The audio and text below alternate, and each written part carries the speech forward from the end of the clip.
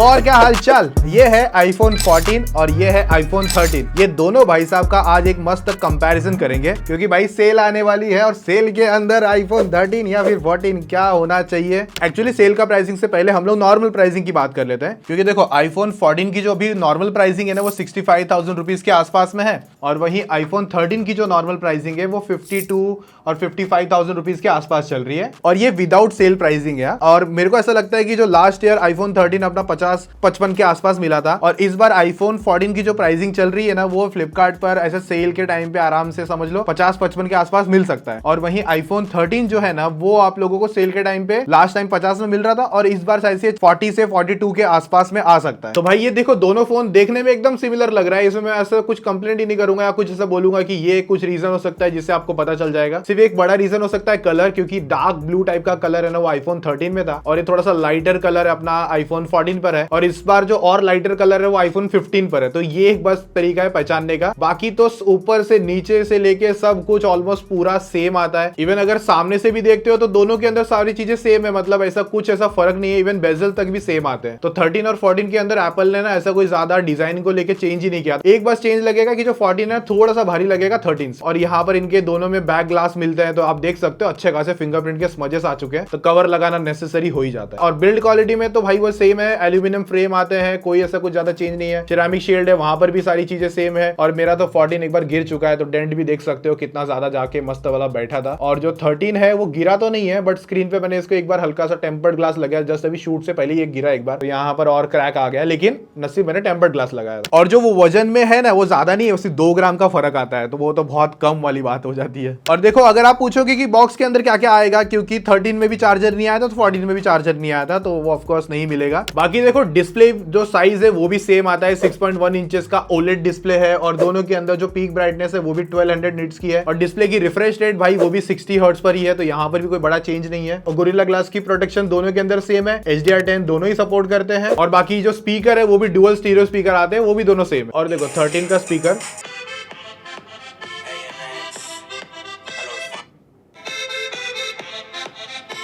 तो एक चीज तो क्लियर है, 14 का साउंड है ना 13 से बेटर है, थोड़ा सा बेसी और लाउडर मिलता है, बहुत ही माइनर सा है, बट वो फर्क थोड़ा सा अगर साइड बाय साइड कंपेयर करोगे ना तो पता चलेगा। और डिस्प्ले क्वालिटी तो भाई दोनों के अंदर सेम है, मतलब कुछ नहीं फर्क हुआ है, मतलब आप देखोगे भी नहीं ना, मतलब अगर आपको मैं से बोल दूं कि दोनों फोन साइड में रखो आप खुद ही नहीं बता पाओगे कि किसका ज्यादा फर्क आता है। तो डिस्प्ले क्वालिटी और बाकी सारी चीजें सेम है, तो आप इसमें जो मजे है वो इसमें भी आने वाले हैं एट दी एंड। मल्टीमीडिया में बस एक प्लस पॉइंट है, ये थोड़ा सा आपको लाउडर स्पीकर निकाल के देता है, बस ये एट दी एंड बात निकल कर आती है डिस्प्ले पे। तो ये देखो दोनों ही बहुत सारे 5G बैंड के साथ में आते हैं तो कोई इशू आने वाले नहीं है और दोनों ही फोन वाईफाई के 6 के साथ में है, लेकिन आपको है ना ब्लूटूथ 5.3 मिलेगा 14 के अंदर और 13 में ब्लूटूथ 5.2। और अगर अनलॉक के लिए देखोगे तो दोनों के अंदर फेस आईडी आता है, तो दोनों मस्त तरीके से अनलॉक कर ही लेते हैं सेम स्पीड के साथ में। और वो IP68 वाटर वाली बातचीत है वो भी दोनों के अंदर सेम है, तो यहाँ पर भी कोई ऐसा बड़ा फर्क नहीं है। अभी देखो सब कुछ अभी तक सेम देखने मिल रहा है। अभी रही बात प्रोसेसर को लेकर, तो दोनों के अंदर है ना A15 बायोनिक चिप आती है, मतलब 13 में और 14 में सेम चिप आती है। इवन जो दोनों की क्लॉक स्पीड है वो भी सेम है, कुछ फर्क नहीं है, कोर्स वगैरह भी सेम है। सिर्फ एक फर्क देखने मिलता है, आईफोन 14 के अंदर जो जीपीयू कोर है ना वो आपको 5 मिल जाते हैं और 13 के अंदर वो जीपीयू कोर 4 है, बस इतना सा डिफरेंस आता है। और जो 13 भाई साहब है उसके अंदर 4 GB का रैम है और 14 के अंदर 6 GB का रैम है। और जो स्टोरेज स्पीड टाइप भी है ना वो भी सेम है, LPDDR4X और NVMe स्टोरेज दोनों के अंदर सेम आती है। तो अभी देखो यहाँ पर हम लोग करने वाले एक मजेदार टेस्टिंग जिस पर आपको ये पता चल जाता है कि हाँ किस फोन के अंदर बैटरी बैकअप अच्छा है और थोड़ी सी पावर किसके अंदर ज्यादा अच्छी निकल कर आती है, वो ओवरऑल यहाँ पर आपको समझेगा। दोनों फोन को मैंने 100% चार्ज कर दिया था। अभी यहाँ पर हम लोग ना दोनों फोन के अंदर सेम टास्क परफॉर्म करने वाले हैं और देखेंगे कि कितना ज्यादा इंप्रूवमेंट है और कितना ज्यादा क्या प्रॉब्लम और हीटिंग वगैरह आती है। सबसे पहले एंट्री बेंचमार्क निकाला, तो जिसके अंदर आईफोन 14 के अंदर ऑफकोर्स आपको ज्यादा बेटर स्कोर देखने मिले। तुरंत ही हम लोग ने सेकंड एंट्री बेंचमार्क निकाला और जबकि उसके अंदर बहुत ज्यादा थ्रॉटल देखने मिला 14 के अंदर। और वहीं अगर आप कंपेयर करोगे ना सेकंड स्कोर को तो वहां पर आपको आईफोन 13 विन करता हुआ दिखेगा। फिर स्टोरेज का स्पीड टेस्ट करके देखा और ऑफ कोर्स वहां पर हमको इंप्रूवमेंट देखने मिली आईफोन 14 पर, थोड़े से बेटर स्कोर देखने मिले। इवन जो रीड एंड राइट का स्पीड का डेटा है ना वो भी आपको ज्यादा 14 में देखने मिलेगा। फिर Geekbench 6 पे स्कोर निकाले, सिंगल एंड मल्टी कोर दोनों आसपास में ऑलमोस्ट परफॉर्म कर रहे थे, लेकिन जो जीपीयू का स्कोर था ना वो आपको आईफोन 14 पे ज्यादा बेटर स्कोर निकाल के दे रहा है। फिर 3D mark extreme wildlife stress test करके देखा और उसके अंदर जो स्टेबिलिटी स्कोर है ना ऑलमोस्ट दोनों के अंदर सेम ही निकल कर आ रहे थे, मतलब 65% और 64% के आसपास। तो अभी तक यहाँ पर जो जो बैटरी है ना आईफोन 13 पर आ गई 80% पर, और आईफोन 14 पे जो बैटरी आ गई वो थी ऑलमोस्ट 82% पर। अब यहाँ पर थोड़ा सा और एक्सट्रीम लेके जाते हैं। हाफ एन आवर का हम लोग ने यूट्यूब पर प्लेबैक कर दिया वीडियो का, 1080p 60 fps जो मैक्स हम लोग एक्चुअली चला रहे थे, यहाँ पर 4K 60 fps की वीडियो रिकॉर्डिंग करी दोनों फोन के अंदर सेम टाइम पे। तो अभी यहाँ पर डेटा आ चुका है कि सबसे पहले क्या किसके अंदर बैटरी ज्यादा गिरी है। तो आईफोन 13 के अंदर जो बैटरी अब आ चुकी है वो है 56% पर, और आईफोन 14 पर 61% की बैटरी आ गई, यानी कि 39% बैटरी ड्रॉप हुई अपना आईफोन 14 पर, और 44% की बैटरी ड्रॉप देखने मिला आईफोन 13 पर। तो ऑफ कोर्स यहाँ पर जो आपको थोड़ा सा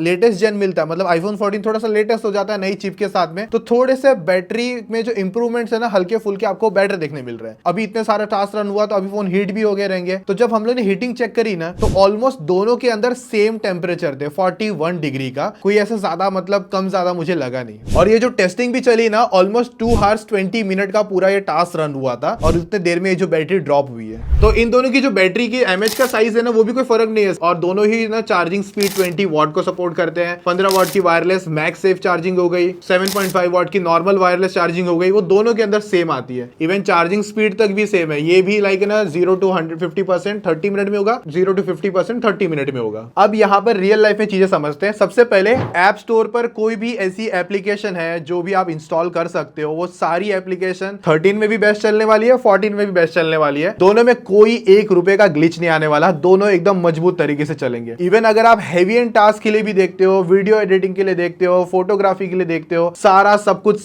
काम है ना सेम एप्लीकेशन दोनों के अंदर स्मूथ चलने वाली है, क्योंकि सिर्फ बस एक जीपीयू कोर एक्स्ट्रा मिलता है, और जीपीयू कोर का काम होगा गेमिंग के अंदर, क्योंकि वहां पर आपको 3D रेंडरिंग वाला जो पार्ट होगा वहां पर उसको हेल्प करना होगा। तो नॉर्मल सारे टास्क तो अच्छे से चलने वाले हैं। अभी यहाँ पर अपना ये भाई साहब गेमिंग की बात कर ही लेते हैं, तो दोनों के अंदर आप मैक्स 60 fps की गेमिंग कर सकते हो HDR तक सभी के अंदर। और एक बात निकल कर आती है कि भाई 90 fps का क्या सीन रहेगा, इसमें 13 में आएगा कि 14 में आएगा, तो भाई किसी में नहीं आएगा, क्योंकि दोनों की डिस्प्ले 60 हर्ट्ज पर ही कैप्ड है। तो गलती से भी कभी घूला भटका अगर 60-90 में कन्वर्ट भी हो गया गलती से, तो आपको एक्सपीरियंस आने वाले ही नहीं है, क्योंकि डिस्प्ले 60 fps तक ही मैक्स शो कर पाएगी। तो आपको मैक्सिमम रिफ्रेश रेट जो है वो 60 हर्ट्ज का ही एक्सपीरियंस निकाल के देगा। सो एट द एंड अगर बात करें फाइनल गेमिंग में कौन ज्यादा अच्छा है, 14 अच्छा है या 13 अच्छा है? कम पैसे में काम अगर अच्छा हो रहा है तो 14 की तो क्यों जाना। तो एक बात बता दूं, बात सही है, कहीं जाने की जरूरत नहीं है। सेम सारी चीजें एक जीपीयू कोर में कोई दुनिया चेंज नहीं होने वाली है। ये भाई साहब भी आज के टाइम पे भी हम लोग ने इसको टेस्ट आउट करके देखा था, 60 fps एकदम तगड़ी तरीके से निकाल रहा है। सिर्फ एक हल्का सा फर्क ये हो सकता है कि 13 थोड़ा सा माइनर हल्का सा बोलते ना ज्यादा गर्म हो जाता है 14 के मुकाबले, बट वो बहुत माइनर चीज है, मतलब ऐसा कोई ड्रास्टिक नहीं चेंज है। मतलब अगर समझ लो ना 10 में से 2 बार इसने ब्राइटनेस ड्रॉप करा तो ये भी एक बार जरूर करेगा, इतना समझ लो। तो एट द एंड आप गेमिंग करना चाहते हो दोनों ही फोन में आराम से कर सकते हो। ऐसा नहीं है कि इसमें आपको बेटर 65 fps आ जाएंगे, वैसा कुछ नहीं, इसमें भी 60 fps कैप रहेगा। इवन अगर ये 50 तक भी ड्रॉप होगा ना तो ये भी 50 तक ड्रॉप होगा। एट द एंड इतना समझ लो, मतलब आपको पैसा अगर बचाना है और गेमिंग के लिए फोन खरीदना था तो आप 13 में भी जा सकते हो, इन्वेस्ट कर सकते हो, कोई बड़ी चीज नहीं होने वाली यहाँ पर। और देखो अपनी सॉफ्टवेयर वाली जो बातचीत है ना भाई, दोनों ही फोन जो है ना वो iOS 17 पे रन कर रहे हैं, मतलब इसके अंदर भी लेटेस्ट सॉफ्टवेयर है, इसमें भी लेटेस्ट सॉफ्टवेयर है। और देखो आगे जाके सपोज कभी iOS 20 आ गया तो आपको 14 में समझ लो iOS 20 तक मिल जाएगा, और इसमें भी है ना सिर्फ 1 साल का गैप होगा, बस ये साइड से iOS 19 तक लिमिट हो सकता है, बस एक एग्जांपल समझ लो। तो 1 साल का ही फर्क आने वाला। तो at the end software experience दोनों का ही अच्छा है। और iOS का एक सिंपल कहानी है, अच्छा चलता है। अगर एंड्रॉइड से अगर आप उसमें जा रहे हो तो बात अलग है, लेकिन अगर आप iOS यूज ही कर रहे हो तो आपको जो एक्सपीरियंस समझ लो ना जो iPhone 11 में मिल रहा था वो आपको इसमें भी मिलेगा, और वही एक्सपीरियंस आपको iPhone 15 Pro Max में भी मिलेगा। बस ऐसा कुछ ज्यादा चेंज ही नहीं होता, मतलब सिर्फ कैमरा और चीजें परफॉर्मेंस चेंज होती है। सो यहाँ पर सॉफ्टवेयर एक्सपीरियंस दोनों में ही अच्छा है। बाकी वो जो फीचर्स आए थे ना लाइक वो इमरजेंसी SOS कॉल हो गया, वो देखो इंडिया में है ही नहीं, तो बात करने का कोई सेंस बनता है। तो अभी यहाँ पर हम लोग ने जो बात कर रहे हैं मैक्सिमम 13 वर्सेस 14, बट अगर आप लोगों का ऐसा इच्छा है कि 14 वर्सेस 15 का कुछ ऐसा मस्त कंपैरिजन माल मसाला हो जाए, या फिर 12 वर्सेस 13 का कुछ माल मसाला कंपैरिजन हो जाए, कमेंट करके बता दो, और साथ में एक 8000 लाइक का टारगेट दे रहा हूं वो कंप्लीट कर देना, तो जिससे मुझे पता चल जाएगा कि हाँ आप कितने ज्यादा इंटरेस्टेड हो उस वीडियो के लिए। कर जरूर देना। और हमको बनाना है टेकी पाठशाला को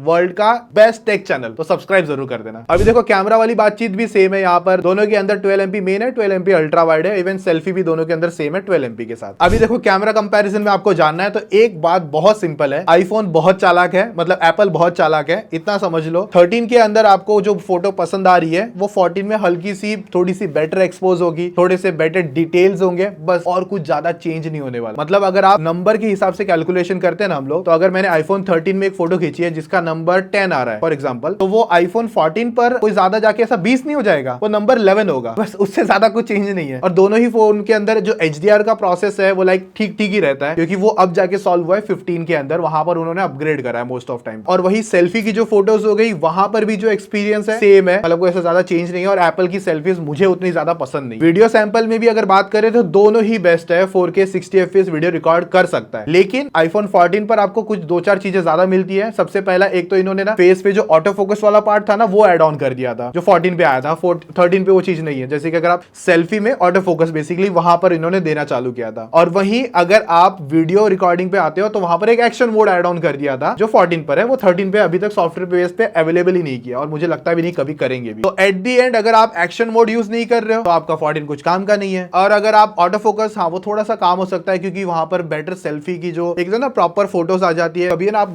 मोस्ट ऑफ टाइम ऐसे मिसमैच नहीं होगे। तो यहाँ पर एक हल्का सा 2-4 एक आध 2 पॉइंट है वो 14 को चले जाता है। पिक्चर क्वालिटी में 13 और 14 ऑलमोस्ट सेम सिनेरियो, मतलब लाइक गंगाधरी शक्तिमान है वैसी वाली बातचीत हो जाती। तो एट द एंड अगर पूरा कहानी का माल मसाला पानी पूरी रेडी करेंगे हम लोग, तो बात सिंपल है, ये भी खट्टा मीठा लगेगा, ये भी खट्टा मीठा लगेगा। मतलब कुछ चेंज नहीं है, बहुत माइनर से चेंज थे, इवन दिखने तक में भी सेम है। और मोस्ट ऑफ टाइम तो आप कवर लगा लोगे। तो क्या करना है 14 लेके, तो सिंपल मैं बोल रहा हूं, पैसा बचा के 13 देख सकते हो फ्लिपकार्ट की सेल में, या नॉर्मल टाइम पे कभी भी आप आराम से 13 को ग्रैब कर सकते हो। आज भी ये बूढ़ा नहीं हुआ है, मस्त जवान बैठा हुआ है, बूढ़ा हो चुका है, अपना आईफोन 11 4G पे आ चुका है। तो आपका क्वेश्चन बनेगा, तो मैं तो अवॉइड करने कहूंगा। अगर आपको 12 वर्सेस 13 का कुछ कंपैरिजन देखना है तो आपका भाई बैठा है, वीडियो बना देगा। 14 वर्सेस 15 का वीडियो बनाना है तो वो भी बता दो, वो भी बना दूंगा। आप लोग सिर्फ एक कमेंट में लिख डालो, बस मैं बना दूंगा, ठीक है। और 8000 लाइक का टारगेट का देख लेना, मतलब ऐसा नाराज नहीं करने का मेरे को। बाकी मिलेंगे नेक्स्ट वीडियो में, अभी के लिए बाय।